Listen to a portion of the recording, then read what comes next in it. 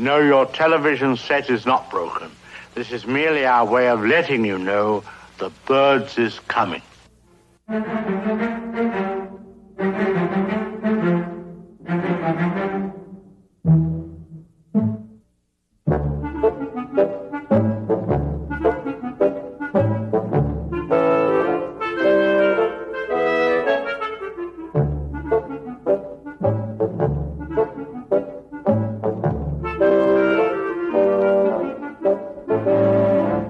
Talk to you more about this. The police will catch up with us soon. Where's the best place to hide?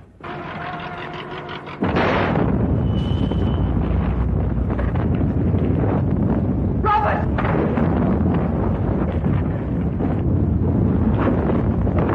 But he can't have come in that way. That door was locked. You could have let him in.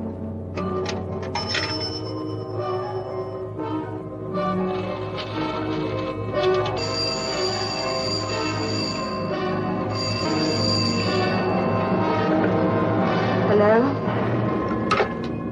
Hello? This motel also has, as an adjunct, an old house. And in this house, the most dire, horrible events took place. Now, it was at the top of these stairs that the second murder took place. She came out of the door there and met the victim at the top. Of course, in a flash, there was the knife, and in no time, the victim tumbled and fell with a horrible crash. I think the back broke immediately and hit the floor. It's difficult to describe the way that the twisting of the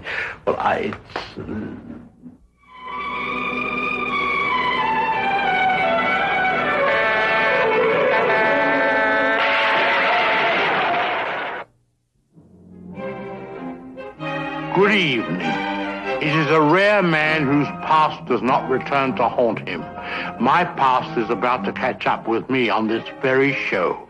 If you are interested in watching, you will be treated to a macabre succession of murders, mysteries, and crimes of passion. I freely confess my guilt. This burden of guilt I am pleased to share with you in the program which follows immediately. A man stands in the shadows. All we can see is his profile. Yet instantly we know who he is. We also know he's about to take us on a journey into suspense, mystery, and fear. But when the shadows lifted, we also see that our tour guide into terror looks more like Santa Claus than Satan. Such was the genius of Alfred Hitchcock, cinema's undisputed master of suspense. For more than 60 years, Hitchcock showed us the dark places in our minds, the evil lurking in the most ordinary of places, and the dread of an innocent person caught in the web of circumstance. But along with all the fear and foreboding, Hitchcock added moments of comic relief, often using himself as the butt of the joke. Ultimately, the respite from suspense was very brief, as Hitchcock quickly brought us back into his world of mystery, a world we loved to watch, as long as it was just a movie. Hitchcock has provided us with never-ending fascination with his work and the highest level of film craft for future generations of directors to aspire to. Alfred Joseph Hitchcock was born on August 13, 1899 in Leytonstone, England, just outside of London. Hitchcock was the last of 3 children. His father, William, owned a successful produce business. He was a quiet child who liked geography, and by the age of 8 had ridden on the entire London bus system. He also kept records of the arrivals and departures of British merchant ships. An often-told story about Hitchcock's youth concerned the time his father sent a 6-year-old Hitchcock to the local police station with a note after he had committed a minor misdeed. After reading the note, the officer promptly put him behind bars. He explained to Hitchcock, "This is what we do with little boys who are naughty." Hitchcock claimed from that time on he had a deep fear of the police and other authority figures. A devout Roman Catholic, Hitchcock attended religious boarding schools, and the Jesuit education reinforced his fear of anything evil. Hitchcock studied drafting and engineering, and he also studied drawing at the University of London. Hitchcock got a job at a telegraph company where his artistic ability earned a promotion to the advertising department. In his spare time, Hitchcock was an avid theater and film buff. He was especially fond of Charlie Chaplin and the films of D.W. Griffith. He also took special note of various technical innovations used in theater and film. In 1920, Hitchcock got a job with the film company Famous Players Lasky, the forerunner of Paramount. Hitchcock's job was designing the title cards that carried the film's dialogue. Hitchcock worked on all 11 films the company produced in England. During his tenure at the studio, Hitchcock watched every detail of filmmaking. His first opportunity came when he was asked to direct the film Number 13, but it was never completed. After Lasky closed its London shop, the studio reopened under British ownership. Hitchcock was immediately hired and received his first screen credit as art director in the 1923 release Woman to Woman. In 1924, Hitchcock traveled to Germany to work at the giant UFA studios. His exposure to films like Metropolis, directed by Fritz Lang, and The Cabinet of Dr. Caligari, directed by Robert Veen, would greatly affect Hitchcock's future films. In 1925, producer Michael Balcon offered Hitchcock the opportunity to direct The Pleasure Garden, which would be shot in Europe. It was also at this time that Hitchcock became engaged to Alma Reville, a film editor with which he was working. The couple married in 1926. That was the same year Hitchcock's third and first landmark film would be made. The Lodger was based on a book that followed a Jack the Ripper storyline. The film starred heartthrob Ivor Novello. The plot concerns a series of murders that are plaguing London. Novello plays a mysterious lodger who arouses suspicion because of his nocturnal comings and goings. He's mistaken for the real killer and is hunted by an angry mob. It's here we see the first use of Hitchcock's trademarks, including the wrongly accused man and a breakneck chase. At the last moment, we discover the man is innocent and is saved from the mob. The reason for his strange actions was that his sister had also been murdered by the killer, and he was searching the night for him. Although the film is now considered a classic, the original distributor canceled its bookings, and it was only after a second screening that they decided to release it. The critics reacted immediately, calling it the best British film ever made. The young director was on his way. The Lodger also marked the beginning of Hitchcock's lifelong tradition of cameo appearances in his films. The practice started of necessity when Hitchcock couldn't afford extras. Here he is seen sitting at a desk with his back to the camera. The success of The Lodger also brought offers to direct in America, but Hitchcock chose to stay in England, where he directed Downhill, Easy Virtue, The Ring, The Farmer's Wife, Champagne, and The Manx Man. Although these films didn't live up to the excellence of The Lodger, Hitchcock had established himself as an important film director, earning a salary of more than £10,000.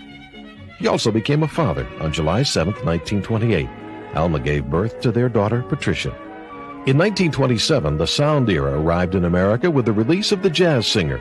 In 1929, Hitchcock had just finished shooting Blackmail as a silent film.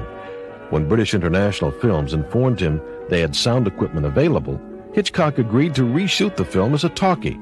The problem was the female lead was European actress Annie Ondra, who spoke with a noticeable accent. Hitchcock's solution was ingenious.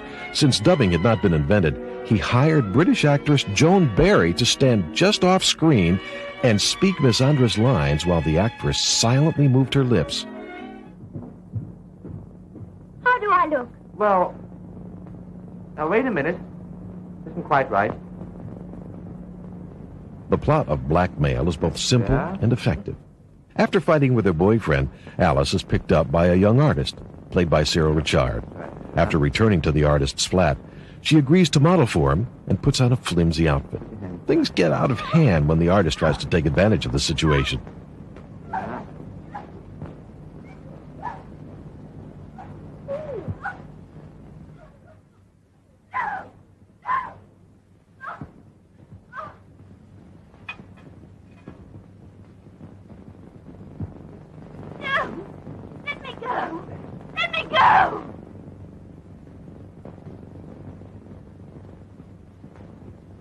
Later in the film, Hitchcock displays his grasp of the power of sound when the word knife is repeated to underscore Alice's fear and guilt. I mean, it's one thing to buy chocolates out of ours, but it's quite another to stick a knife into a gentleman. I must say I feel the same way about that, too. A good, clean, honest whack over the head with a brick is one. There's something British about that. But knives. No, knives is not right. I must say that's what I think and that's what I feel. Whatever the provocation, I could never use a knife. Now, mind you, a knife is a difficult thing to handle. I mean, any knife. A knife. Knife. Knife. Alice, cut us a bit of bread, will you? Knife. Knife. Knife. A knife. A knife. A knife. And in Chelsea, you mustn't use a knife!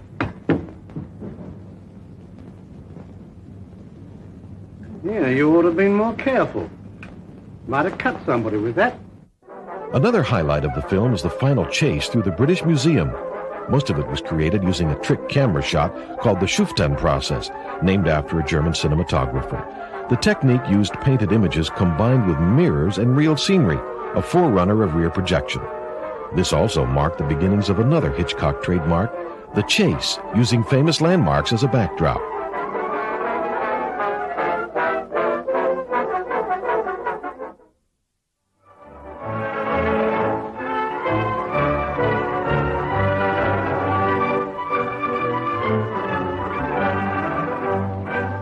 Who are you? And what you doing here? Quick. Removing furniture that hasn't been paid for. Hitchcock's next project was the 1929 release Juno and the Peacock, based on the Sean O'Casey play. Hitchcock and his wife Alma worked on the screen adaptation. Basically, it was a simple transfer of the stage play to film. Hitchcock would later say it had nothing to do with cinema, at least my cinema. To further cement in Hitchcock's mind what he didn't want to do, he was called upon to direct some musical scenes in the 1929 release L Street Calling. Hitchcock said of that film, "It was of no interest. It was dreadful." But for the 1929 release Murder, Hitchcock was back on his game. The film starred Herbert Marshall in his first talkie. Again, Hitchcock was on the cutting edge of cinema. In one scene, Marshall is seen shaving while listening to the radio. Since sound dubbing had not yet been invented, Hitchcock had to have an entire 30-piece orchestra played just off camera. Given by the Radio Symphony Orchestra. They start by playing the overture to Tristan and Isolde by Wagner. Funny, that SOS coming on top of that other. Save her soul. Save her. If I'd stood out longer, I might have worn them down. Why couldn't they see the girl as I did? The rest of the fellows on the jury. Later in the film, he allowed his actors to improvise dialogue. It would be the last time Hitchcock would stray from his totally pre-planned style of directing. The policeman is still on his beat. Yes, I think that's about all we can do. Oh yes, we'll find out something. It takes us all night. The Skin Game, released in 1931, was another Hitchcock attempt to transfer a stage play to the screen. The New York Times said, Hitchcock is never particularly keen during this production. His next film, Rich and Strange, released in 1932, involves a newly rich couple's adventures while on a world cruise. Although the film was weak on plot, it seems Hitchcock was trying to add more action to his films. Released in America under the title East of Shanghai, it was a failure on both sides of the Atlantic.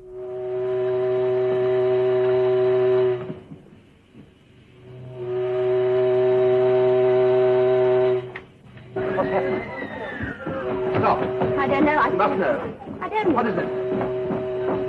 I don't know. There was a big bang and something fell and hit you on the head. You've been stunned.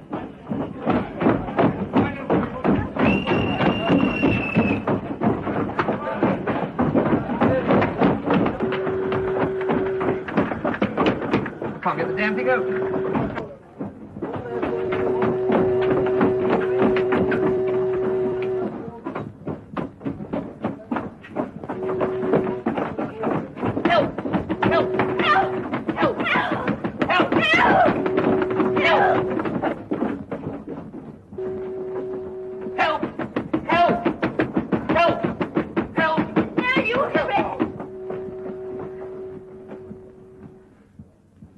can't get out, Ed.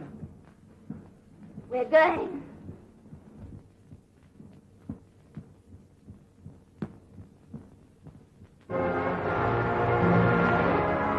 The 1932 release, number 17, would be the last picture Hitchcock would direct for British International.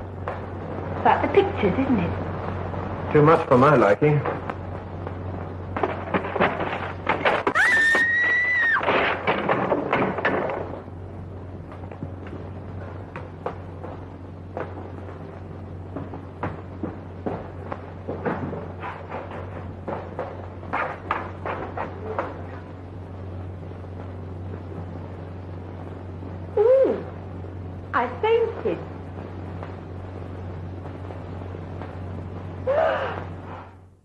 Hitchcock then moved over to Gaumont British Pictures. Unfortunately, his first film for them would be one of his worst. It was the 1933 release Waltzes from Vienna. Hitchcock said in an interview, "It was a musical without music, made very cheaply."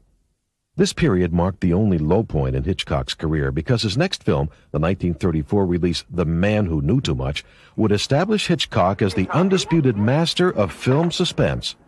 This tight, fast-paced drama incorporates all the now famous Hitchcock trademarks, including something Hitchcock called the Macguffin. Put simply, a Macguffin is a plot device used to establish a storyline. It could be almost anything, but ultimately it's really not the point of the story, but rather a device to get it going. In the case of The Man Who Knew Too Much, the Macguffin is the knowledge of an impending assassination of a diplomat. Hitchcock used it to set up the story of a father desperately trying to free his daughter from kidnappers who have taken her to ensure the father's silence. Another Hitchcock trademark is the memorable villain. Here it's Peter Laurie, in his first English-speaking role and just his second film. Is it all right in here? Thank you.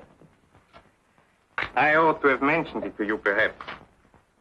You should learn to control your fatherly feelings.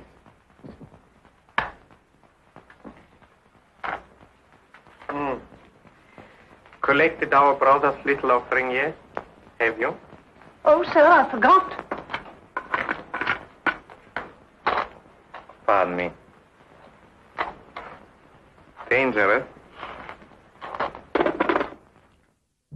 The 1935 release of The 39 Steps was based on a novel written in 1915. Hitchcock rewrote much of it for a screenplay.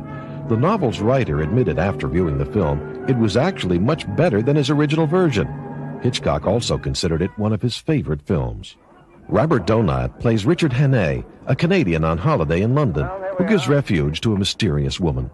May I come home with you? What's the idea? Well, I like so. It's your funeral. Come on, then, there's a bus. You want to know more about me? What do you think I do for a living? Actress? Not in the way you mean. Chorus? No. I'm sorry. I'm a freelance. Out to adventure, eh? That's right. This way. I'm afraid you'll find my sitting room all upset. Clear out, Hannah. They'll get you next.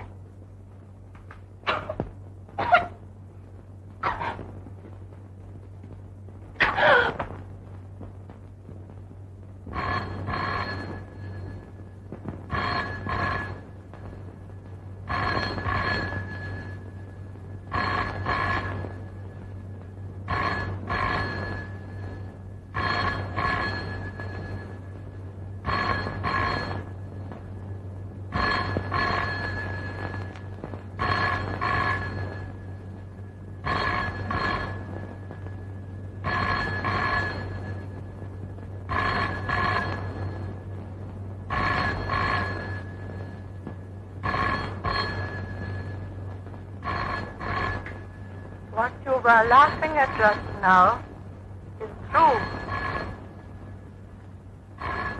These men will stop at nothing.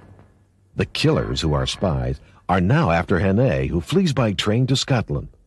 Later, with help from Pamela, played by Madeleine Carroll, they discover the spies are transmitting their secrets by using a music hall act called Mr. Memory, and their plot to steal British secrets is foiled. The film won praise in England and the United States. The New York Times said of Hitchcock, he uses his camera the way a painter uses a brush. Madeleine Carroll returned for Hitchcock's next film, the 1936 release Secret Agent. Joining her in this adaptation of the Somerset Maugham book were John Gielgud, Robert Young, and Peter Laurie. Gielgud and Carroll play secret agents on the trail of a spy. The likable American, played against type by Robert Young, turns out to be the real spy. Hitchcock, seen here directing Young, was breaking new cinematic ground in which the bad guy was just as interesting or even more so than the hero. Delicious. I hope you haven't been lonely. Oh, no. This gentleman and I picked each other up in the lounge yesterday, didn't we? Yes. A good angel threw us together. He's been most kind and entertaining. Mr. Roger Martin, isn't it? It sounds well the way you say it, but it's really Robert Marvin. Oh, pleased to meet you, Mr. Larkin. How do you do, Mr. Ashencan? Not as well. Well, I suppose it's time now for the triangle to retire from the family circle. Exit, baffled.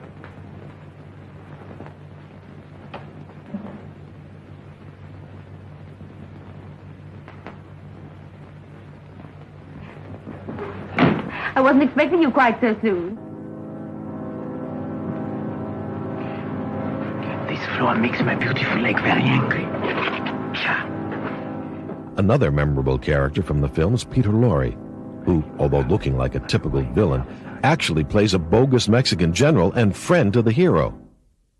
Peter Laurie, seen here being made up, often missed shooting schedules due to an addiction to drugs. It's a testament to Hitchcock's fondness for him that overcame the director's requirement for discipline on the set. Strangled. Nice work. Neat, very neat. Someone very much did not want we should speak to him. That's what it looks like, doesn't it? I mean, hurry up. You might be late. Don't forget it's got to be there by 1:30 at the latest. Hitchcock followed Secret Agent with another spy-themed picture, the 1937 release Sabotage. The film contains one of Hitchcock's most controversial scenes. In the film, actor Oscar Homolka plays a small movie theater owner who is also an anarchist intent on blowing up London. Fearing he has been discovered by an undercover detective, he gives his young nephew a time bomb to deliver to kill the police officer. The bomb has been set to allow enough time for the package to be delivered. The young boy is constantly delayed and winds up on a bus where the bomb goes off and kills the boy and the passengers. The suspense becomes almost unbearable for the audience, so as pure cinema, it works to perfection. But Hitchcock learned an important lesson. The public turned against the film because he allowed a young child, along with all the other passengers, to be killed. Although the scene was faithful to the Joseph Conrad novel, Hitchcock later regretted using the sequence.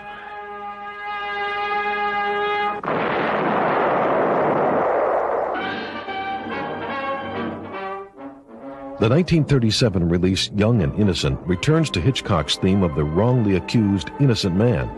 The screenplay was co-written by Hitchcock's wife, Alma. A down-on-his-luck screenwriter discovers the body of an actress, who he knows, that is washed ashore. To complicate matters, the belt from his stolen raincoat appears to be the murder weapon. The man escapes from the police and begins a desperate search for the real killer. Hitchcock, aware of the need to keep the pacing taut, used a stopwatch to time various scenes. When the hero, now helped by a young woman and a hobo who can identify the real killer, take refuge in an abandoned mine, the floor caves in, almost killing the girl. To accomplish the shot, Hitchcock used Pinewood's largest studio and constructed the floor 15 feet above the ground. Robert! Hang on, I'm coming.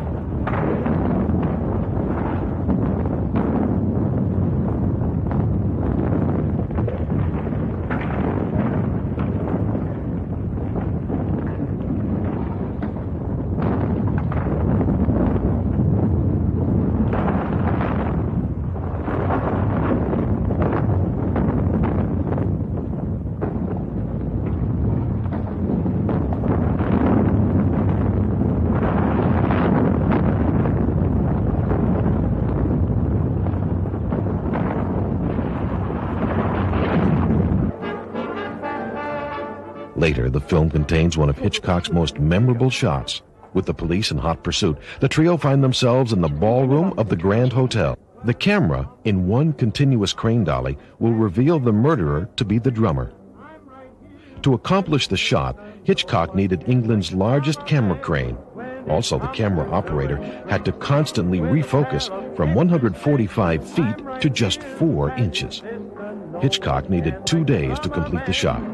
Again, Hitchcock displayed that he could successfully marry a good storyline with exciting visual action. Give credit where credit is due, but when it comes to make that music pop, make you give it all it's got, I'm right here to tell you, mister, no one can like the drummer man.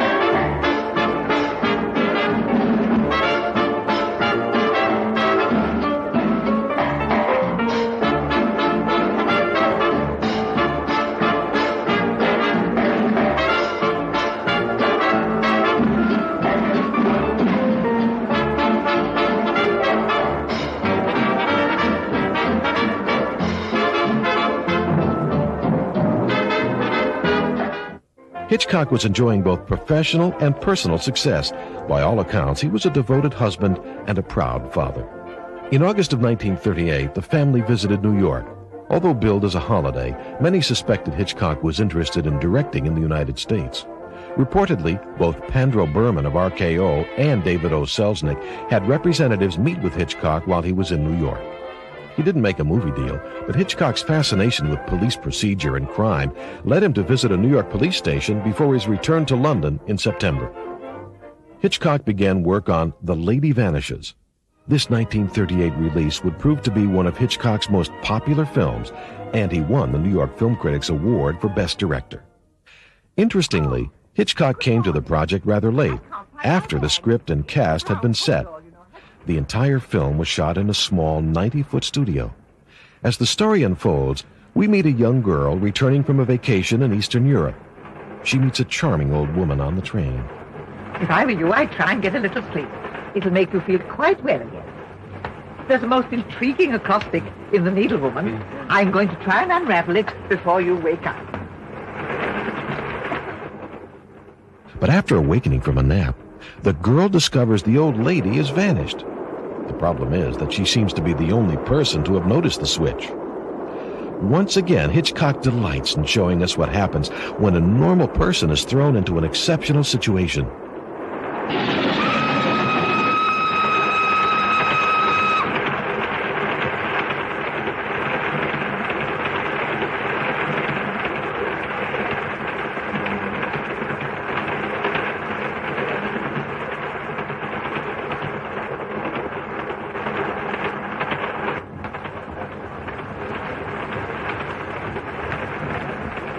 Have you seen my friend? No? My friend, where is she? La Signora Inglese, the English lady, where is she? There has been no English lady here. What? There has been no English lady here. There has. She sat there in the corner. You saw her, you spoke to her, she sat next to you. Maybe you don't understand. I mean the lady who looked after me when I was knocked out. Ah, perhaps it make you forget, eh? Well, I may be very dense, but if this is some sort of a joke, I'm afraid I don't see the point. Hitchcock's final picture under his British contract would be the 1939 release Jamaica Inn. Actually, while the script for the film was being prepared, Hitchcock traveled to Hollywood and negotiated a 4-picture deal potentially worth $800,000 with David O. Selznick. Hitchcock returned to finish Jamaica Inn, but it wasn't an easy shoot. The star, Charles Laughton, frequently stopped the film to discuss motivation. Although the film was not well received by critics, it was a modest financial success. In March of 1939, the Hitchcock family departed England for Hollywood. Later, Hitchcock would say, "I wasn't interested in Hollywood as a place. The only thing I cared about was to get into a studio to work." And on April 10, 1939, Hitchcock began work for Selznick UA Pictures. Selznick's choice for Hitchcock's first American picture would be the very English Rebecca. With a $950,000 budget, Hitchcock found himself making movies Hollywood style. But with all the money came constant memos from Selznick, who seemed obsessed with every detail of the film. Thankfully for Hitchcock, Selznick became so tied up with making Gone with the Wind that he finally left Hitchcock alone to make the movie. What is the mystery of Rebecca? What dread secret is hidden within the silent walls of Manderley? Not only in this room, it's in all the rooms in the house. I can almost hear it now. Do you think the dead come back and watch the living? Tell me, is Mrs. Van Hopper a friend of yours or just a relation? No, she's my employer. I'm what is known as a paid companion. I didn't know companionship could be bought.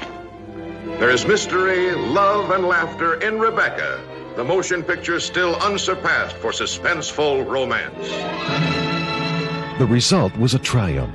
The film won the Oscar for Best Picture. Hitchcock lost the Best Directing Oscar to John Ford for The Grapes of Wrath, but he firmly established his importance in Hollywood. By 1940, many British citizens had left America for military service in England. Hitchcock's age, 40, and his weight of over 350 pounds exempted him from active service. But Hitchcock's desire to help the British cause and Selznick's desire to make money coincided on his next film. Foreign Correspondent, starring Joel McCrea, was shot 1 year before America's entrance into World War II. The film makes a strong propaganda plea for America to aid the British against Hitler's Germany. Foreign Correspondent was also nominated for an Oscar. Between Rebecca and Foreign Correspondent, Hitchcock's first two American films had garnered 17 Academy Award nominations. Hitchcock's next film, the 1941 release Mr. and Mrs. Smith, starring Carole Lombard and Robert Montgomery, was a complete change of pace. It was generally believed that Hitchcock did the film as a favor to Carole Lombard, whose home Hitchcock had been renting since 1939. But a recently discovered RKO memo written by Hitchcock expressing his desire to direct a typical American comedy has dispelled that notion. The results were modest, and Hitchcock quickly returned to his favorite subject matter, suspense. The 1941 release Suspicion marked the beginning of a successful collaboration between Alfred Hitchcock and Cary Grant. The film told the story of a shy woman, played by Joan Fontaine, who marries a handsome playboy, Cary Grant. After their whirlwind courtship and marriage, she finds out that her new husband is broke. Slowly, she begins to fear he's planning to kill her for her money. There was something strange about Johnny Aysgarth. I knew it long before I married him, yet you were always conscious of it. Conscious of something vague, restless, frightening. Nothing less than murder could justify such a violent self-defense. I knew Johnny loved me as desperately as I loved him. And yet I remember now that even his reassurances seemed almost sinister. I want nothing but to spend the rest of my life with you. And if you were to die first, If I were to die first. From that moment on, my life was filled with fear.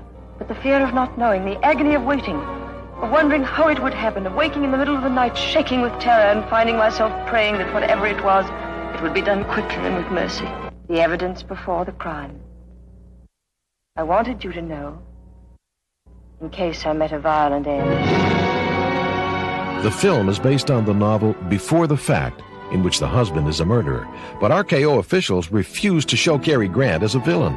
Hitchcock filmed an alternate ending in which Grant attempts suicide, but RKO balked at that also. Finally, the ending was changed to make Grant's suspicious action just the product of his wife's imagination. In one memorable scene, Grant is shown bringing a glass of milk to his wife. Is it poisoned? To highlight the milk, Hitchcock concealed a light bulb in the glass. Hitchcock received his third Oscar nomination, and Joan Fontaine won the Oscar for her role in Suspicion.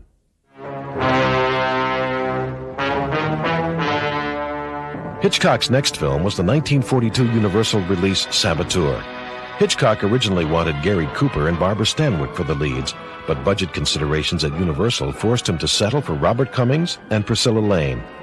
Although Otto Kruger forcefully plays the villainous Nazi spy master, Hitchcock actually wanted Western star Harry Carey to play the role against type, but Mrs. Cary objected. I'm Barry Kane, American. Right now I'm a fugitive. A couple of days ago I was an aircraft worker. Then something happened. Something that could only happen in times like these.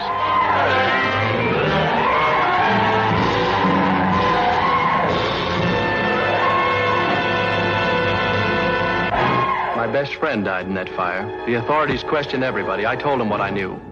I even offered to help, but it was no good. They wouldn't believe me. There were two detectives here a moment ago. They wanted to arrest you. They said that you killed him. That I killed him?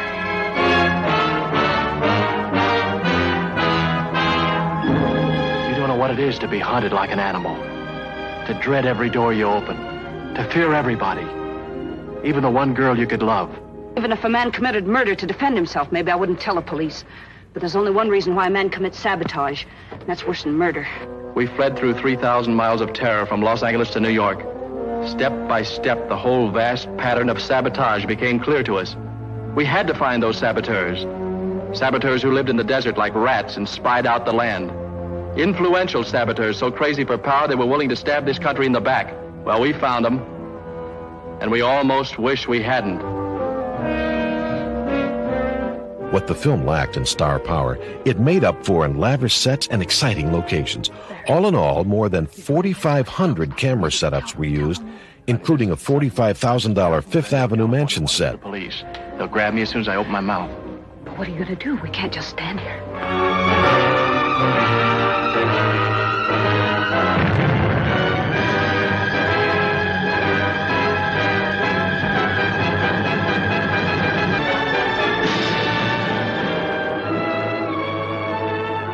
Shadow of a Doubt, the 1943 Universal release, was to date Hitchcock's most personal picture and one of his best. Written in association with Thornton Wilder, Hitchcock effectively acted as his own producer as well. He took his cast and crew to Santa Rosa, a small town 50 miles north of San Francisco, to film exteriors. Hitchcock created the conditions that added a unique sense of realism to the film, even using many residents of the town in small parts. Joseph Cotten, the film star, said of Hitchcock, "No director was ever easier to work with." The world is a foul sty. Do you know if you ripped the fronts off houses, you'd find swine? I don't want you to touch my mother. So go away, I'm warning you. Go away or I'll kill you myself. Your hands. Let me go, Uncle Charlie. Let me go.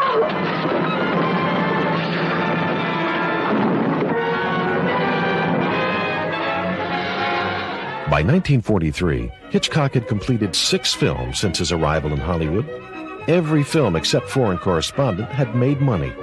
He was still under contract to Selznick, but was lent out to various studios who were paying more than $9,000 a week for his services. Hitchcock only received about $3,000 per week. He did receive bonus money when a film was successful, and his total salary in 1941 was over $175,000. Hitchcock's next film, and one of his most powerful, was the 1943 20th Century Fox release, Lifeboat. John Steinbeck wrote the original film treatment about 8 survivors of a torpedoed ship who must rely on the skills of a rescued Nazi U-boat sailor. Hitchcock restricted himself to shooting the entire film in one small set consisting of a lifeboat floating in a studio tank. The cast members suffered bouts of seasickness and eye and throat irritation from the use of oil blown over dry ice to simulate fog. Although the film was Hitchcock's smallest in scope, it took over a year to make and was his most expensive. Oh, there's a piece in here about some people who were adrift on a lifeboat for 80 days. Say, maybe we can beat that record. We might even get in the newsreels. Where'd you get the handcuff, Mrs. Porter? What miracles? It took me from the south side to the north side. It's my passport. From the stockyards to the Gold Coast. It got me everything I wanted. Up to now.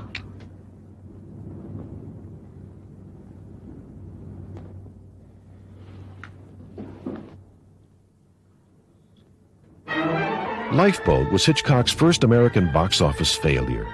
Critics were divided. Some thought Hitchcock made the Nazi sailor appear too strong and resourceful, while others praised it as brilliant movie-making. And Hitchcock was nominated for his second Academy Award. On December 5, 1944, Hitchcock traveled to England where he made 2 war effort shorts highlighting the work of the French resistance. He accepted only £10 a week for his work. The following March, he returned to the United States to begin work on his next project, Spellbound. Spellbound united Hitchcock with Ingrid Bergman in the first of 3 films they would do together.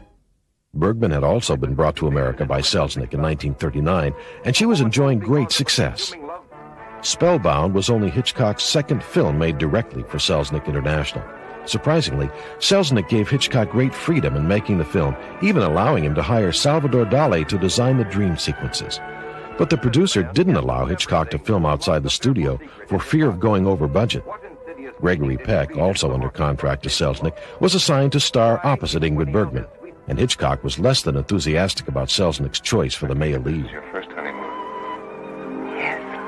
I mean, it would be if it were.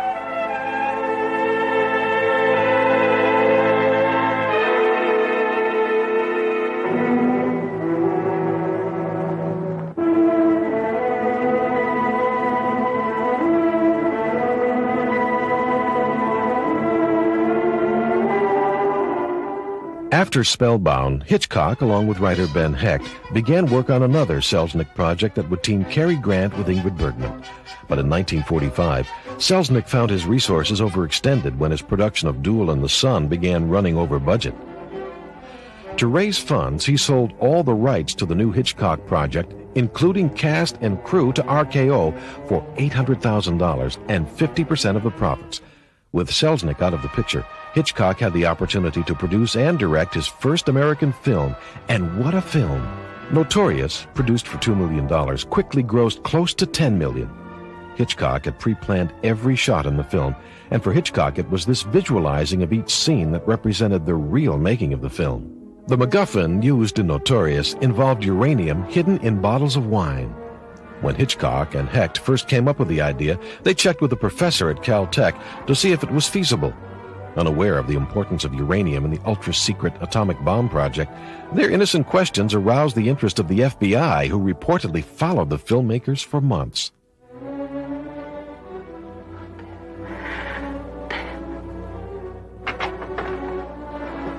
I'm sorry to intrude on this tender scene.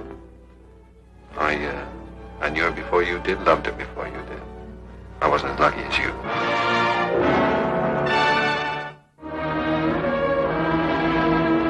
Hitchcock's last film for Selznick was the 1947 release The Paradigm Case, a project Hitchcock really didn't want to undertake.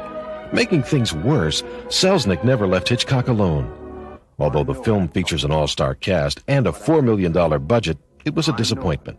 Hitchcock tried his best to make the film work. He constructed a $70,000 Old Bailey courtroom set. In an effort to reduce the number of stops for camera repositioning, he filmed the tense courtroom scenes using as many as 4 cameras at once. In 1948, Hitchcock formed Transatlantic Pictures, and Warner Brothers agreed to distribute the new company's films. The fact that a major studio like Warner's agreed to the distribution deal was a major coup for a small independent and demonstrated how important Hitchcock had become in Hollywood. With so much newfound freedom, it's no surprise that Hitchcock's first independent film would be so unusual. I do want to. I just think we ought to wait till after you graduate. I don't. It's only a month. Janet, a month? Please. It's all right. I personally consider us engaged as of now. Congratulations. David, no. Look, you can say yes in a taxi. I have a 2:30 appointment. I'm and you're... staying right here. Oh, afraid you'll say yes? I'll see you tonight at Brandon's party. Okay. You can say yes there just as well as in a taxi. Goodbye, darling. Bye.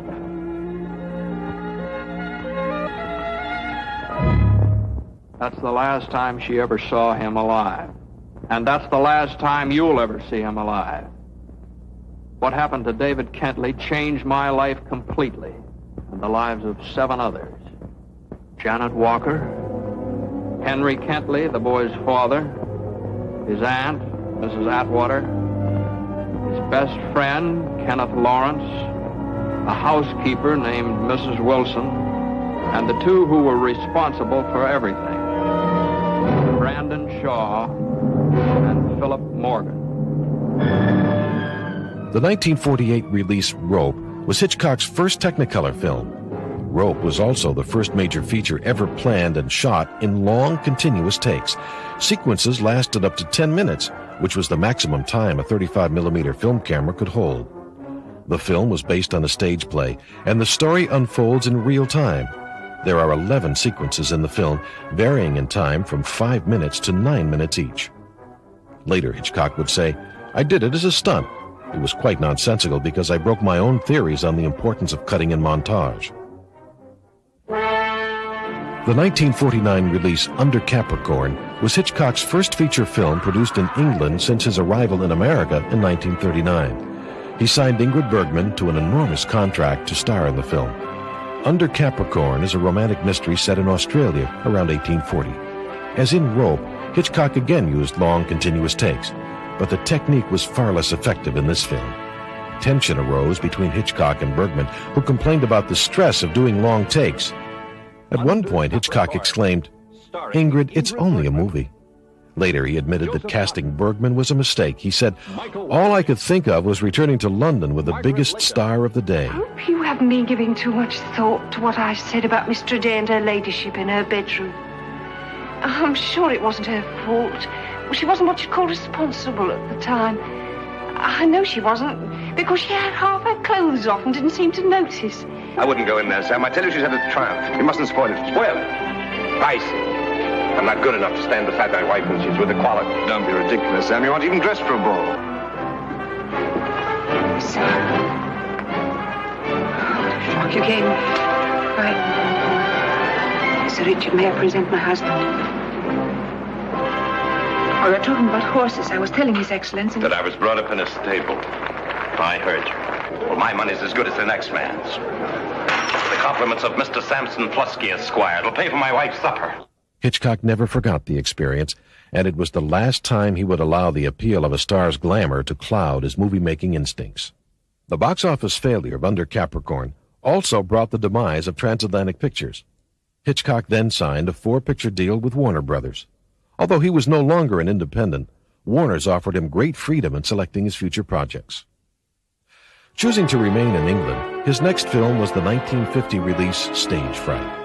Hitchcock had acquired the rights to the book after reviews mentioned it would make great Hitchcock material. He later regretted his decision, saying, "Like an idiot, I believed them." Murder. It looked like a rather routine affair. He hardly expected it to lead to the most dangerous adventure of his life, romance. The case presented a few clues and a few bodies.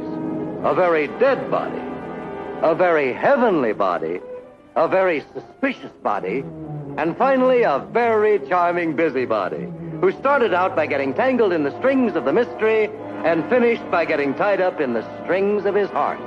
The film starred Richard Todd and Jane Wyman and was a typical whodunit. But Hitchcock had committed a fatal error by showing the audience a flashback near the beginning of the film, which later turned out to be untrue. He said, "I did one thing in that picture I should have never done. The flashback was a lie." Covering up the accident. Destroying that dreadful dress. I didn't destroy it. So long as I have the dress, I'm the one who decides how long this show will run.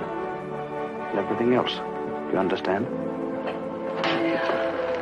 You fool! There goes evidence that could have helped you. Oh, you're not to say things against Charlotte. I'm doing all this for her sake. You're just jealous of her. Let them say if they like. It's satirical. This sounds to me remarkably like blackmail. I think I better call the police. Yes, do call the police, Miss Inwood. We'll talk to them together. Who are you?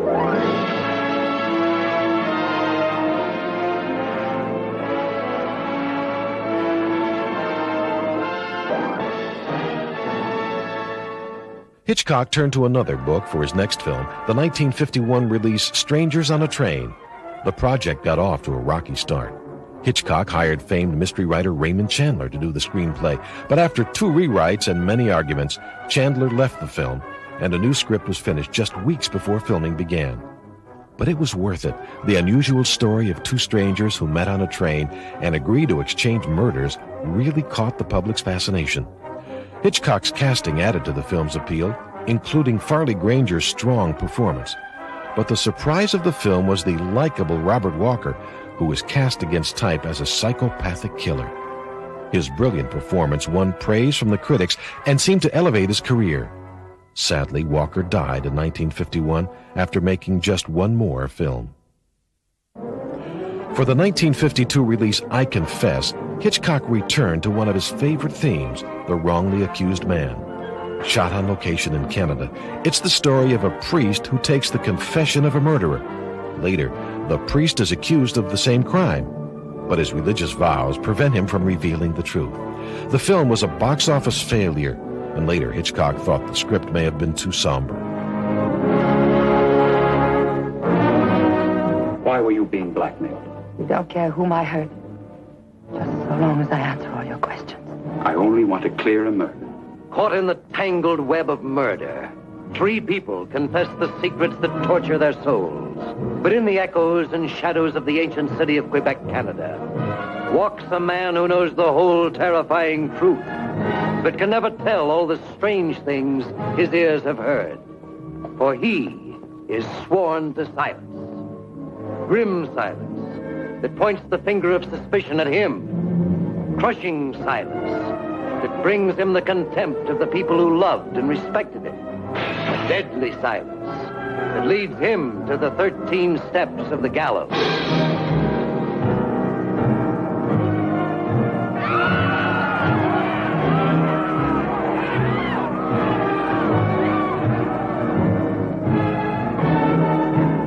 During the early 1950s, the major studios began to feel the negative effect of television on their box office receipts.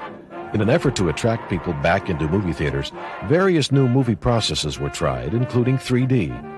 With the success of Warner's House of Wax, the studio prevailed on Hitchcock to film his next project, Dial M for Murder, in 3D. Based on a hit play and faced with the technical limitations of 3D, Hitchcock opted to shoot the entire movie on one soundstage.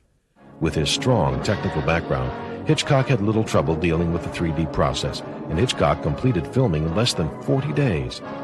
By the time Dial M for Murder was released in 1954, the 3D craze had subsided, and the film was generally presented in standard flat screen.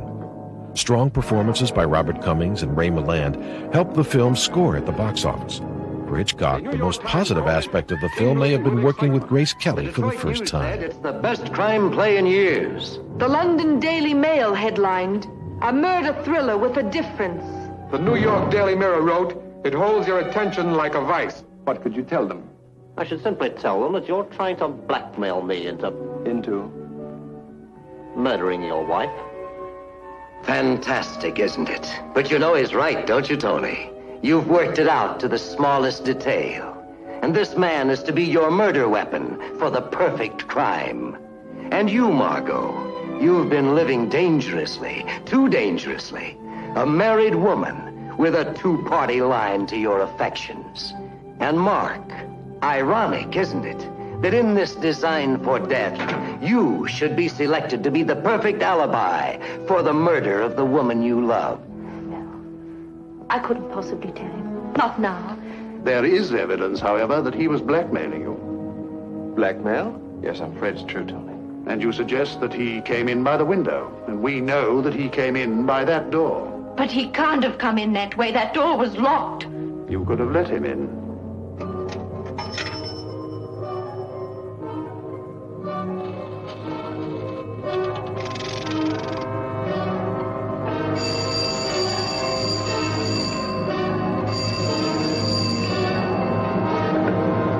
Hello?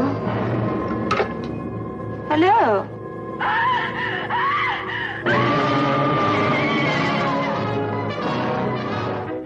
In the summer of 1953, Hitchcock's agent Lou Wasserman negotiated a multi-picture deal for him at Paramount. It was really a homecoming for Hitchcock, as Paramount's origins went back to Hitchcock's first job at famous Players Lasky. Not only would Hitchcock produce and direct, but he would also own all the rights to 5 future films.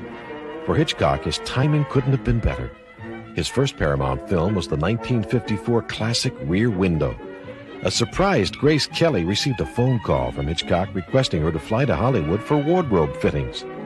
Kelly was in New York, where she was considering an offer to appear in On the Waterfront. Kelly hurriedly decided to go with the Hitchcock project. Then, Hitchcock got Jimmy Stewart to agree to star in the film for a percentage of the profits in lieu of salary. Again, Hitchcock found himself filming in a restricted space, but his earlier efforts in Lifeboat, Rope, and Dial M for Murder paid dividends. Rear Window became a smash hit, and Hitchcock was nominated for an Academy Award. My name is Jeffries. I'm a news photographer, and my beat is the world. That is, it used to be. Right now, my world has shrunk down to the size of this window. I've been watching those people across the way. Nobody seems to pull their blinds in a hot spell like this. I know a lot about them by now. Too much, perhaps. For instance, down there on the second floor, that woman pacing about, I call her Miss Lonely Hearts. So lonely that even death seems like a friend. Those are the newlyweds. On a honeymoon no one will ever forget. The songwriter over there, over and over again, the same melody. A genius or insane? That's the traveling salesman and his invalid wife. Out of their arguments and nagging comes a weird kind of love. Miss Torso, the body beautiful, that is, viewed from a safe distance. Those are just a few of my neighbors. First, I watched them just to kill time, but then I couldn't take my eyes off them, just as you won't be able to. And you won't be able to take your eyes off the glowing beauty of the screen's most alluring new personality, Grace Kelly, who reaches the peak of her sensational rise to stardom in this story of a romance shadowed by the terror of a horrifying secret. For they had stared too long and seen too much through the rear window.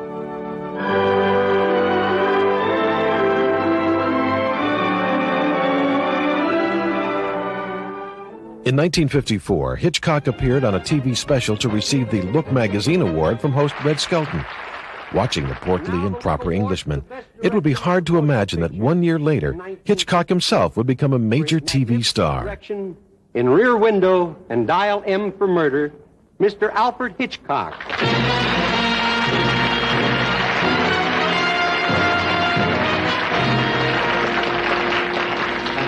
Congratulations. This is Look magazine for this award. Thank you. You're very kind. You know, I saw Rear Window, and I think their choice was wonderful. And, you know, truthfully, I'm glad we get to meet like this. I'd like to do a picture with you myself. I've always wanted to do a picture that's serious and sad for a change. What do you mean, change, Ray? Mr. Alfred Hitchcock. Come down, Robbie, or we shall be forced to shoot! The 1955 release, To Catch a Thief, offered Hitchcock the opportunity for a complete change of pace from the tense, claustrophobic films he had been making. Shot on location in the south of France in luminous color, the film paired Hitchcock's favorite stars, Grace Kelly and Cary Grant. The storyline is typical Hitchcock. Grant plays a reformed cat burglar who has come under suspicion when similar jewel robberies begin to occur. The script is peppered with comic and sometimes risque dialogue.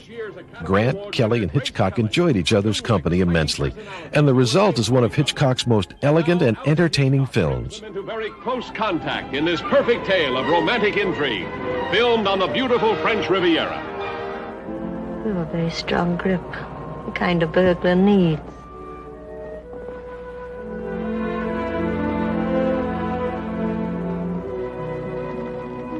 That's why you came out here, isn't it? The scandalous romance that shocked even the blasé international set between this restless, thrill-hunting American heiress and the notorious man of mystery called the Cat. For the game they played was not played for money, and the characters they played with played for keeps. No one but Hitchcock could create such relentless excitement, filling the screen with fireworks as he matches the blazing talents of these two great stars in the love affair of the year. Look, John. Hold them. Diamonds. Have you ever had a better offer in your whole life? One with everything.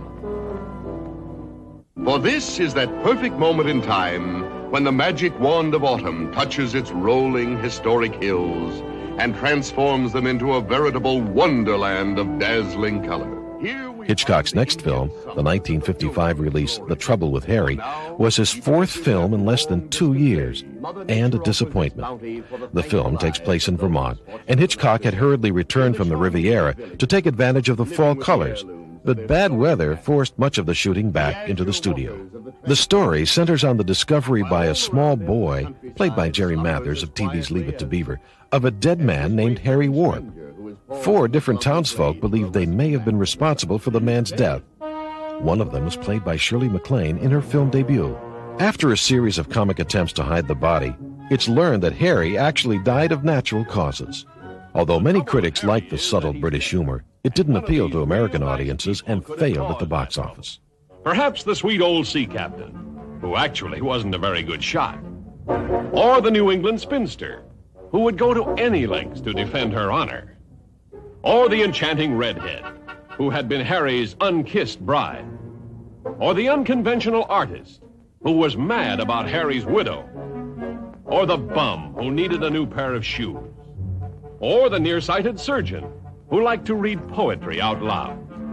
Yes, the unconventional Mr. Hitchcock has done it again, just as he did with Rear Window, playing a most unusual story against a new and different background. The Trouble with Harry. In April of 1955, Alfred Hitchcock became an American citizen. Later that year, on October 2nd, 1955, Alfred Hitchcock Presents premiered on CBS television. The brainchild of Hitchcock's agent, Lew Wasserman, the program was conceived to be a natural tie-in for Hitchcock's newly published magazine series. Produced in association with Universal's television arm, Review, Hitchcock's own production company, Trombly, received $129,000 per episode, with the rights reverting to Hitchcock after the first broadcast. In an era when many filmmakers looked down at television, Hitchcock embraced the upstart medium. Not only would Hitchcock direct many of the episodes, he also became its on-camera host. In fact, as early as November 1955, reviews called Hitchcock the best thing about the show. Hitchcock's outlandish remarks and open contempt for his sponsors delighted audiences. From the very first episode, Revenge, starring Ralph Meeker and Vera Miles and directed by Hitchcock, the program treated audiences to an outstanding array of established and up-and-coming actors performing the work of creative writers. There might be several explanations why Hitchcock decided to remake his 1934 film, The Man Who Knew Too Much, in 1956. Hitchcock himself said, "Let's just say the first version was the work of a talented amateur, and the second was made by a professional." More than any other changes, Hitchcock's casting of Jimmy Stewart and Doris Day in the lead roles seemed to energize the film. Lush Technicolor and VistaVision photography, and a music score that features the Academy Award-winning Que Sera, Sera, helped to make the story a hit all over again. Que sera, sera, whatever will be, will be. The future's not ours to see. Que sera, sera. You're right, that was the gunshot you heard. That was the signal that brought all the trouble out in the open. It's a scene from our new picture, The Man Who Knew Too Much. Hitchcock has an uncanny knack for coming up with the unusual in entertainment, while The Man Who Knew Too Much can certainly be put in that category. I play the part of an American doctor. Doris Day is my wife. And the story is about our trip abroad that started out as a holiday and ended up as a nightmare. Hitchcock took us thousands of miles away from Hollywood to Marrakesh, which is right in the center of the North African trouble area. And that was just the beginning. From there, we flew to London for backgrounds of a whole strange series of events that ended up that final night in the great concert hall, where the cue for murder was one single crash of the cymbals.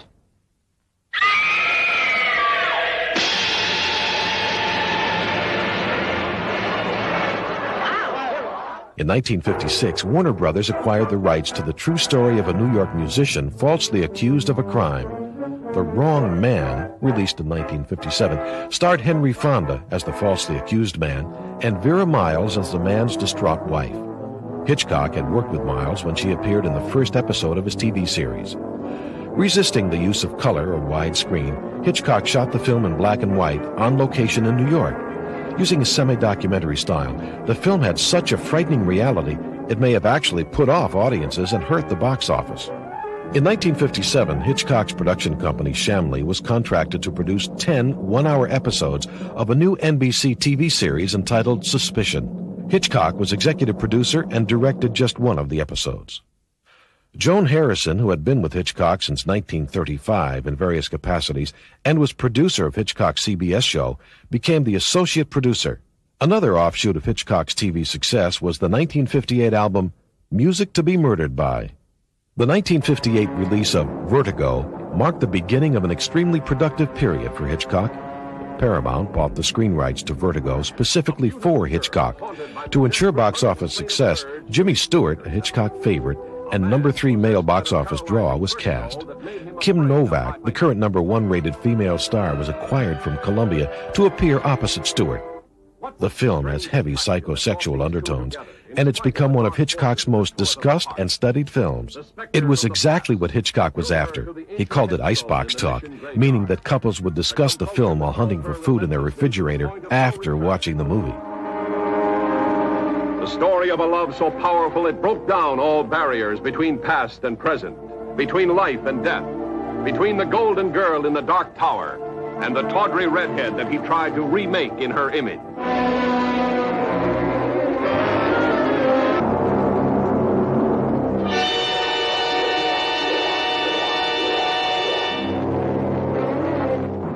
Hitchcock's contract with Paramount was non-exclusive, so in 1958 he signed with MGM to do the screen version of The Wreck of the Mary Dear. But Hitchcock and writer Ernest Lehman became disenchanted with the idea. Lehman suggested they do the Hitchcock picture to end all Hitchcock pictures.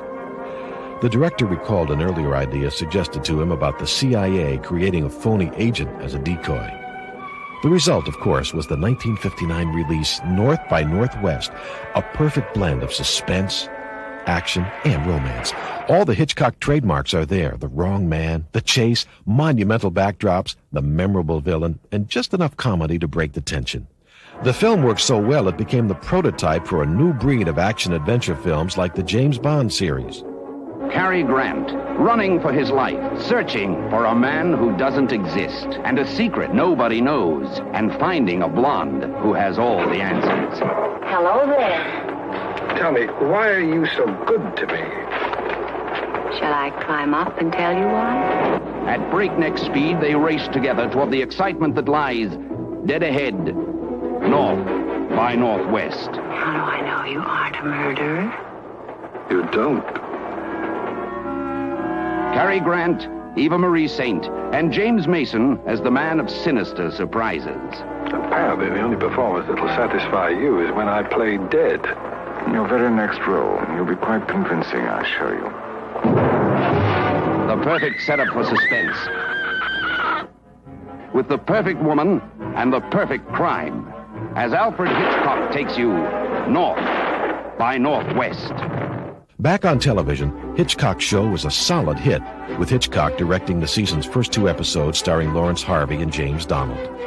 If North by Northwest was classic Hitchcock, the 1960 release Psycho was in a class by itself.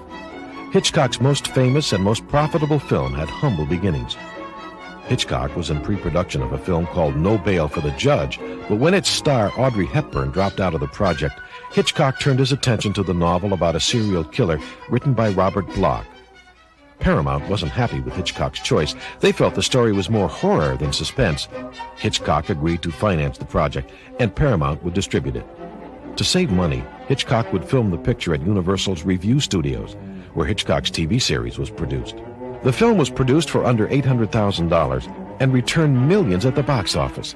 Yet the film was blasted by the critics. The New York Times called Psycho a blot on an honorable career. But as the years passed, Psycho's influence on a new generation of filmmakers couldn't be denied, and even the film's toughest critics changed their minds. Hitchcock would later say, "My films went from being failures to masterpieces." Good afternoon. Here we have a quiet little motel, tucked away off the main highway, and as you see, perfectly harmless looking, when in fact, it has now become known as the scene of the crime. This motel also has, as an adjunct, an old house, which is, if I may say so, a little more sinister looking, less innocent than the motel itself. And in this house, the most dire, horrible events took place. I think we can go inside because the place is up for sale. Although I don't know who's going to buy it now. In that window on the second floor, the single one in front, that's where the woman was first seen. Let's go inside.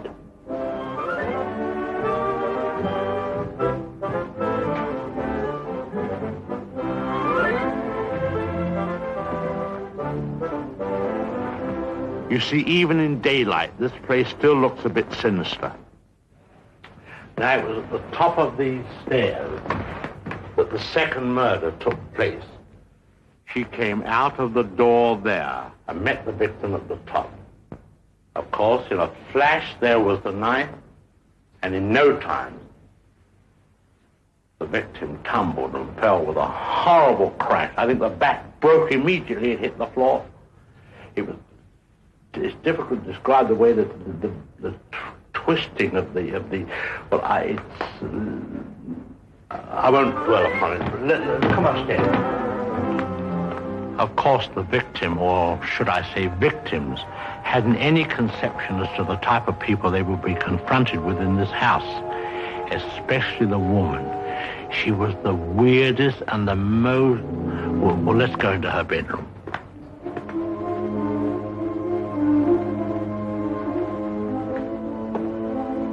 Here's the woman's room, still beautifully preserved.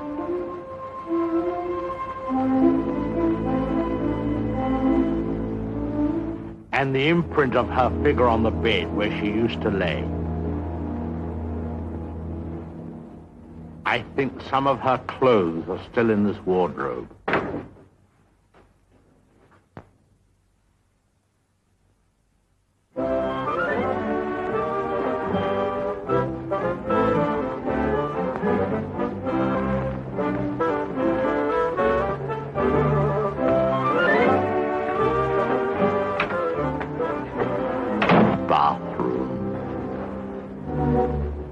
This was the son's room, but we won't go in there because his favorite spot was the little parlor behind his office in the motel. Let's go down there.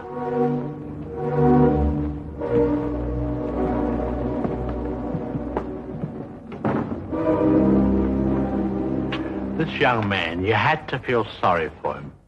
After all, being dominated by an almost maniacal woman was enough to drive anyone to the extreme of, well, let's go in. Well, I suppose you'd call this his hideaway. His hobby, as you see, was taxidermy. Crow here, an owl there. Now, an important scene took place in this room. There was a private supper here. And, oh, by the way, this picture has great significance because, let's go along to cabin number 1. I want to show you something there.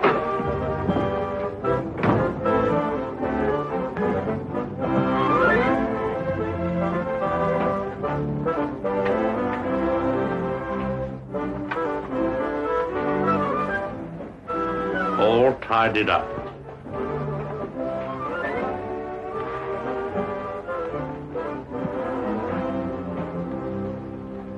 The bathroom.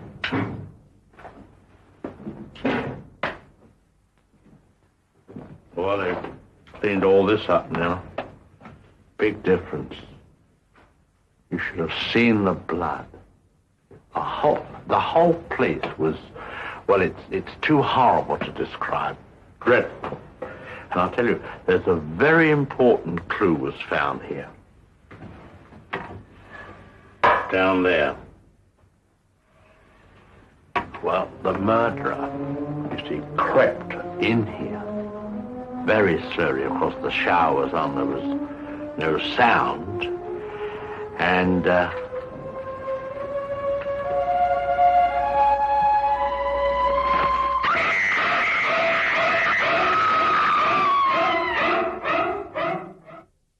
Back on television, Hitchcock had become as famous and popular as any star. It made him the target of many comedians' jokes, like Jerry Lewis. Silhouette, here he comes, yes, here he comes, so Jerry Lewis is here.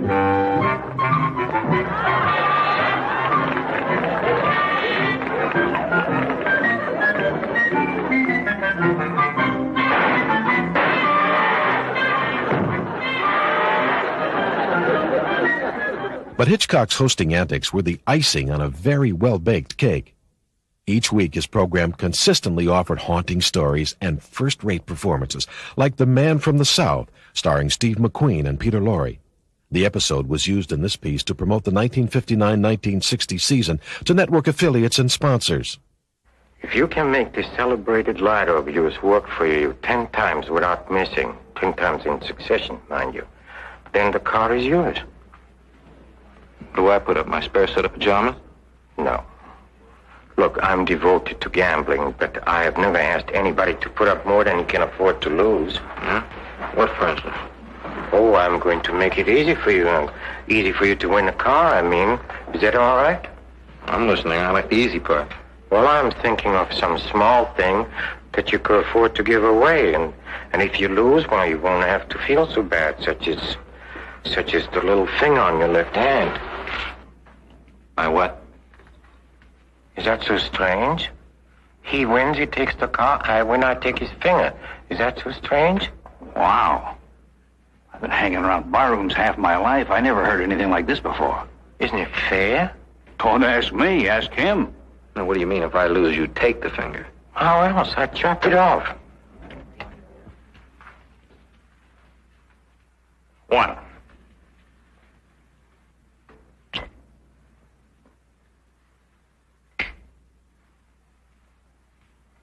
In March of 1960, Hitchcock directed Incident at a Corner, a one-hour special for NBC's Ford Star Time. It starred Vera Miles. In September of 1960, Alfred Hitchcock Presents moved to NBC, where it ran until 1962, except for one chilling episode. The Sorcerer's Apprentice, starring Brandon DeWilde and Diana Dors, written by Robert Bloch, is the only episode of the Hitchcock TV series the networks refused to run. My name is Hugo. Hugo what? Just Hugo. That's all they ever called me at the home. What kind of home is that, Hugo? Oh, it's a big place. I shouldn't have told you. The censors may have believed the story's depiction of a retarded boy, and the show's morbid conclusion was too much for network audiences. But the program was later broadcast in syndication.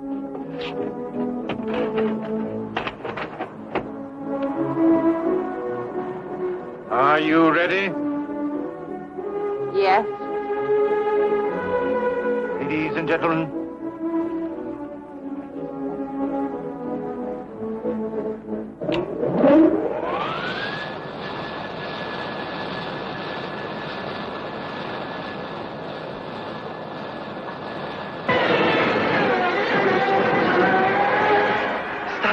Stop him, he's hurting her. No, Hugo, it's only a trick. See?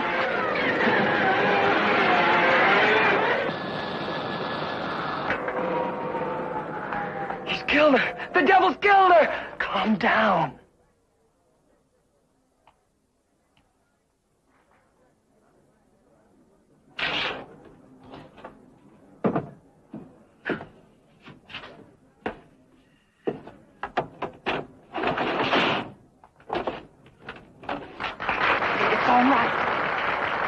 All right, I tell you.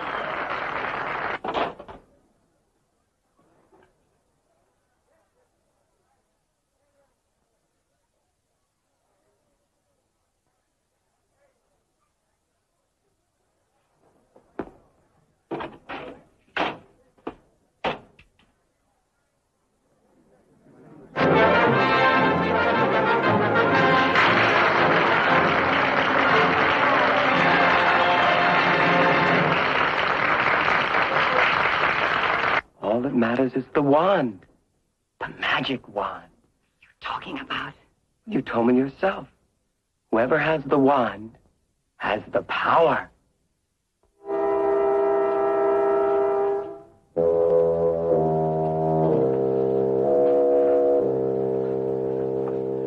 Ladies and gentlemen, presenting Hugo the Great!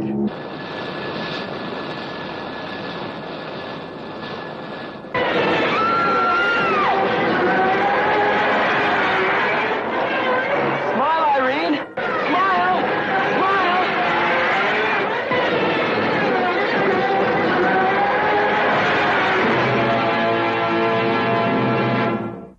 I don't know quite how to put this. However, I must tell you the truth. The saw worked excellently, but the wand didn't. Hugo was terribly upset, and Irene was beside herself. As for the police, they misunderstood the whole thing and arrested Hugo for murder. In 1962, Hitchcock returned to CBS with a new one-hour version of his TV series. The unquestioned master of suspense, the magician of mystery, Mr. Alfred Hitchcock returns to CBS this fall on Thursdays with a brand new hour-long program. I hope you don't mind, but the new Hitchcock is twice as large as the old one. Therefore, certain adjustments have to be made. I wish to take this opportunity to say how excited we are at the prospects of doing an hour show, and how pleased we all are to return to CBS. It is reassuring to labor once again under the steady, unblinking gaze of that giant eye. The Alfred Hitchcock Hour will be somewhat different from our half-hour show. In the first place, as a few of you may already have guessed, it will be twice as long. This will give us an opportunity to do things properly without rushing. A good murder, like good wine, takes time. I also strongly believe that the crime should fit the punishment. It is only reasonable that if a man is going to spend the rest of his life paying for a murder, he should be entitled to take his time while committing it. I don't wish to suggest that we should confine ourselves to this one sport, however. There are many other ways of achieving mystery and suspense, and with all this extra time on our hands, I'm certain we shall think of them. I believe that is all, except to say that I shall again be filling my role as host. Of course, although I am the host, I shall do my entertaining in your living room. That way I avoid all those drink stains on my rug and the cigarette burns on the upholstery. So, until next... Oh, well. He also released another record album, Ghost Stories for Young Children. On the movie front, Hitchcock knew it would take something special to top his last film, Psycho. The Birds, released in 1963, became Hitchcock's greatest technical challenge, and it required 3 years of pre-production. Hitchcock spent over $200,000 trying to create mechanical birds, but finally settled on using real birds, composite photography, and animation. The film's logistics were staggering, but Hitchcock remained in firm control because he had painstakingly pre-planned each shot, and his job didn't end in the editing room.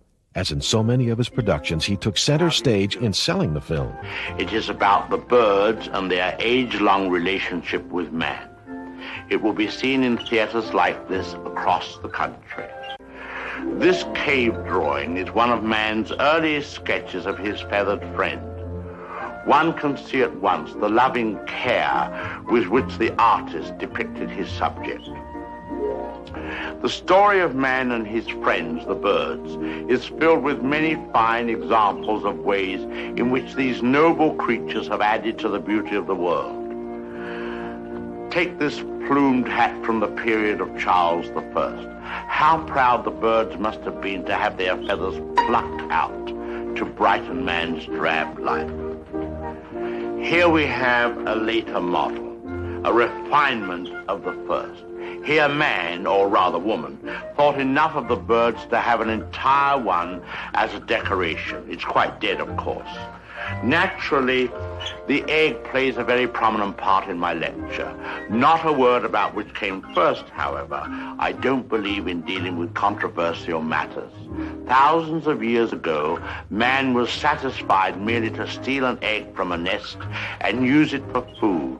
Now he has perfected this process by imprisoning each hen in a separate cage and by scientifically manipulating the lights so that she doesn't fall into the rut of the old 24-hour day.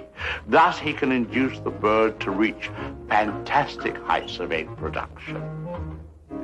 Originally, there were many varieties of birds on Earth. Some have become extinct. The great auk, the passenger pigeon, and the famous dodo bird have all disappeared. Actually, they didn't exactly disappear. They were simply killed off. But of course, this is nature's way. Man merely hurries the process along whenever he can be of help. Man and birds have been responsible for a great many advances in our civilization. For example, the bird was the inspiration for the invention of gunpowder, and it was his speed that brought about the development of the shotgun. But man has not been unmindful of his debt to the bird. We have honored our feathered friends in many ways. We cage birds and show them off proudly in most of our zoos.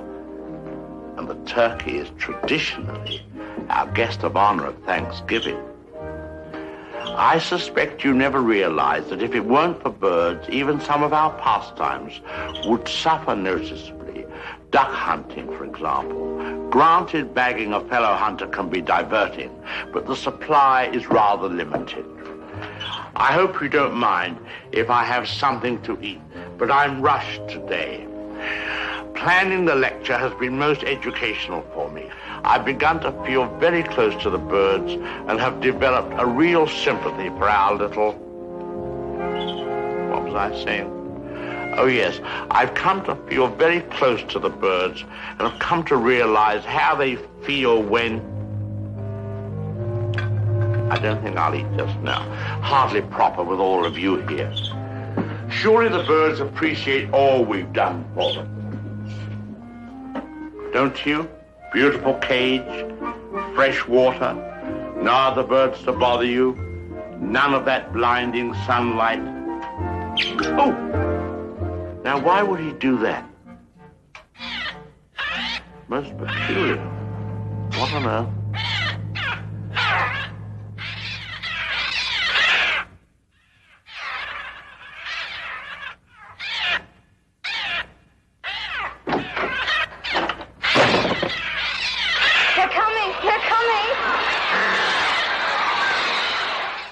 It wasn't only his films that Hitchcock promoted. Here he is selling viewers on his TV show and the rest of CBS's Fall '63 Friday night lineup.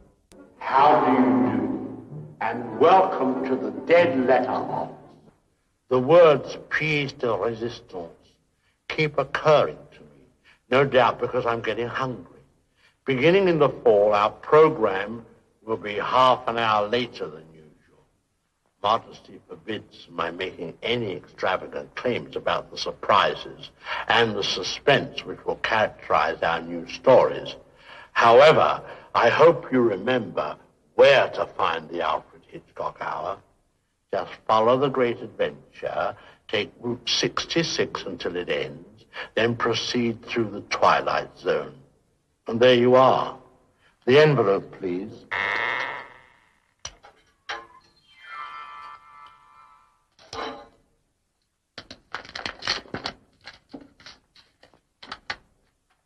You have been captured by pirates. Go back to the great adventure and start over again. There must be someone in there.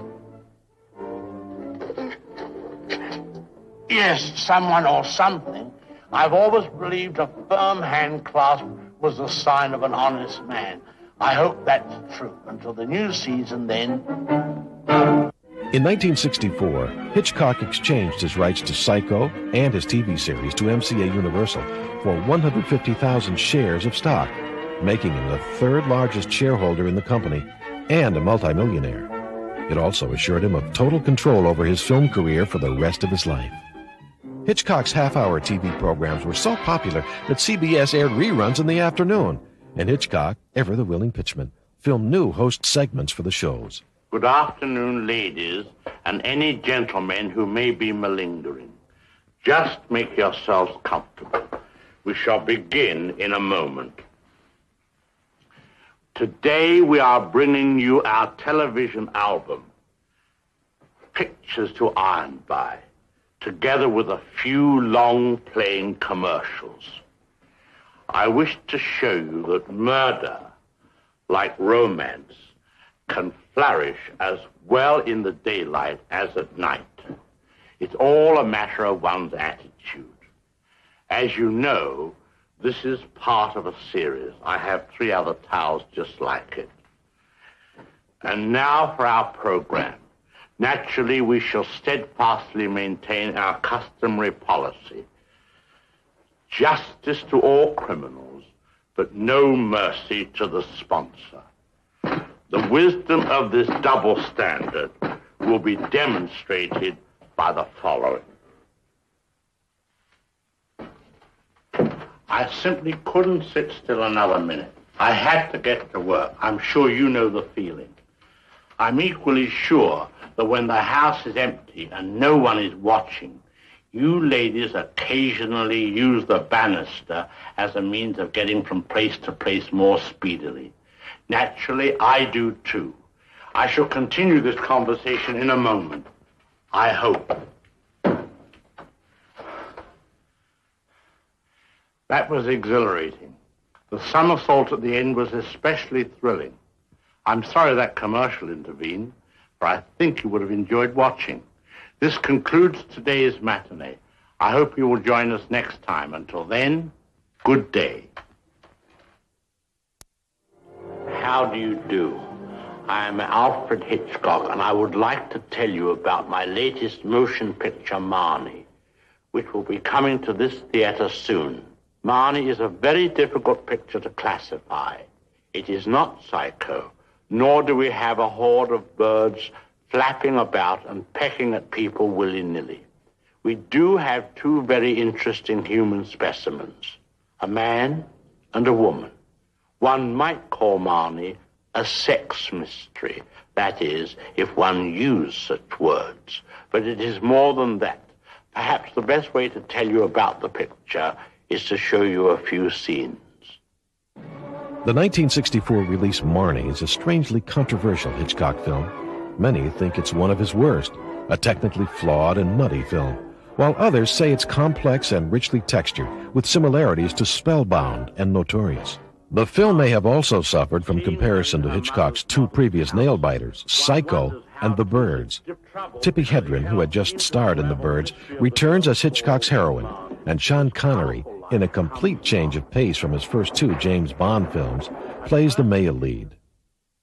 That's right, you are. And I've caught something really wild this time, haven't I? I've tracked you and caught you, and by God, I'm going to keep you. As for which one of them is the wild animal, there are times when I'm not sure.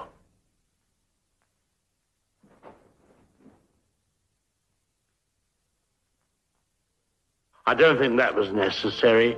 Actually, I think I should withhold comment, since I'm not certain I understand this scene. I shall leave the explanation to your own vivid imagination.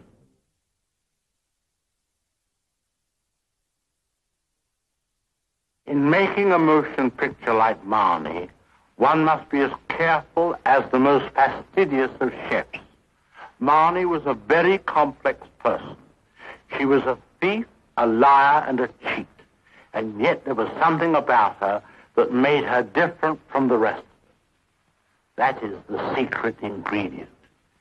In making the motion picture Marnie, I first added this secret ingredient and stirred well. Then I added some suspense. And then just a dash of sex. That's exactly the way it happened last time. Turned out to be rather interesting. 1964 saw the final year of Alfred Hitchcock's television series, with a 1-hour version airing on NBC. For a haunting hour.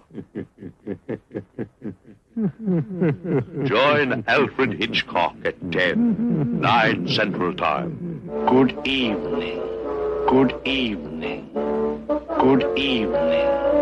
Charlie, how many times is he going to say good evening? Hitchcock's last Good Evening came on May 10th, 1965. ending a remarkable 10-year run. Of course, the program has hardly been off the air, as it's enjoyed great success in syndication. Of special interest are these rarely seen color wraparounds Hitchcock filmed for later syndication. Good evening. Film festivals are much in vogue these days. They have become quite a popular pastime. It occurred to me that it might be enjoyable to have one of my own. I have blackmailed this station into re-showing some of my favorite little gems of crime and punishment. Tonight we offer the crime on Alfred Hitchcock Presents and leave the punishment to you. Good evening. My astrologer tells me there is a right and wrong time for everything. Since Mercury is in the house of Venus, now is a propitious time for the retelling of tales of mystery and suspense. Do not defy your horoscope. The stars tell me you are tuned in perfectly for the tale now coming up, which will be introduced by my younger brother. In 1965, David O. Selznick, the man who brought Alfred Hitchcock to America, died. Hitchcock, along with many stars like Cary Grant, sadly attended the funeral. Just how far Hitchcock had come since his arrival in America could be seen with the 1965 re-release of Psycho, which earned an incredible $5 million. With subsequent theatrical revivals and later TV and video, Psycho has become one of the most profitable black and white films of all time.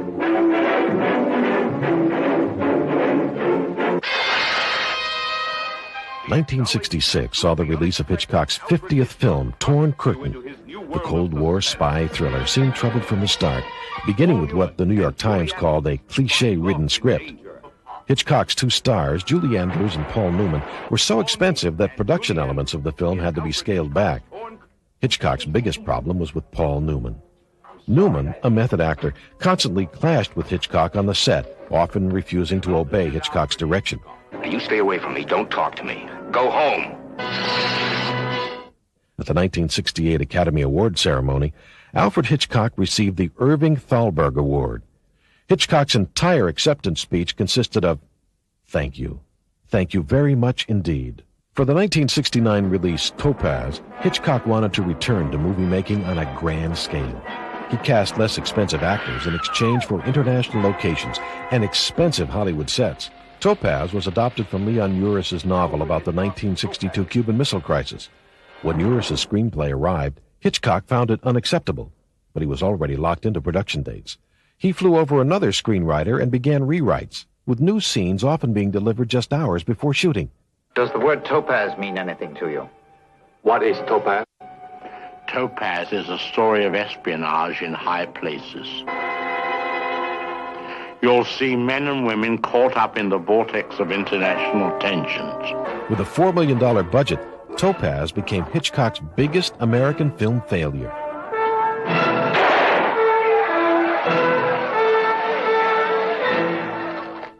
If you want to know what really goes on behind the headlines, I suggest you see Topaz. In 1971, Hitchcock returned to London to direct the 1972 release Frenzy. After a 20-year absence, the return to his native soil seemed to revive his creative energy. Another necktie murder. You think this is a tie, don't you? Actually, it's a murder weapon used to strangle women in frenzy. The film also returns Hitchcock to familiar themes like the wrongly accused man and the cast-against-type villain. It was also Hitchcock's most violent film and his only R-rated picture. Of course, it also has touches of humor, but even Hitchcock admitted his cameo appearance floating down the Thames was a bit much. The footage was used later for promotion only. I'm on the famous Thames River, investigating a murder. For Hitchcock's 53rd film, the 1976 release Family Plot, Hitchcock was able to assemble many of his favorite production personnel, including cameraman Leonard South and costume designer Edith Head. During the filming, the 75-year-old director suffered a heart attack and a pacemaker was installed. After recovering, Hitchcock delighted in telling his actors, "My batteries are fully charged." And so was Hitchcock, bringing the film in on time. The shooting took less than 60 days and under budget. Bruce Dern said, "I've never worked with anyone who proceeded so methodically." He's also the best actor I've ever worked with. Family Plot premiered at the 1976 Film X Festival, and the only question was, will Hitchcock make another film? Hitchcock had no doubt, and immediately began work with writer Ernest Lehman on a film called The Short Night, based on a British spy case. But Hitchcock's health was failing. In May of 1979, just 2 months after receiving the American Film Institute's Life Achievement Award, Hitchcock closed his production office at Universal. The following year, on April 20th, 1980, Alfred Hitchcock died. He was 80 years old. Hitchcock's obituary in Variety said, "The real miracle of Hitchcock's career was that he was a master showman who also managed to create great art which invites and withstands endless investigation. His status as the master not only refers to his own command over his material, but to the degree which he taught so many other directors." Hitchcock once said, "Some films are slices of life. Mine are slices of cake." And what a rich dessert he's left us, including one of his most endearing legacies, the Hitchcock cameo. Beginning in 1926 for The Lodger, he appeared in most of his 53 films.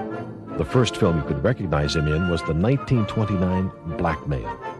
Eventually, appearances became so eagerly awaited that Hitchcock had to keep pushing his cameos earlier in the film so the audience wouldn't become distracted looking for him.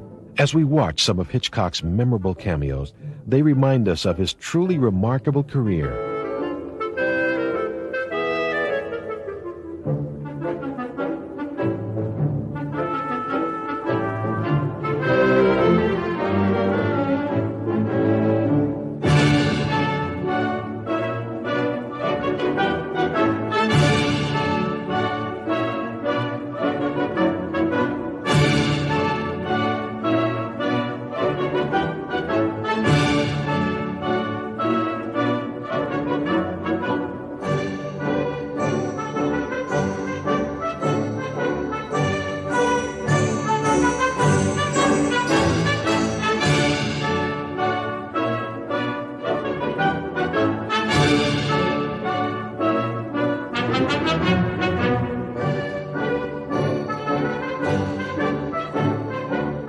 We can remember the words of Ernest Lehman, who said in his eulogy, "How reassuring it's been that for practically all our lives to have been in the lap, in the hands, under the spell of this giant, this genius, this gentleman." Hitch, what happens next? The foregoing has made it obvious to me that we've had quite enough for one evening. Good night.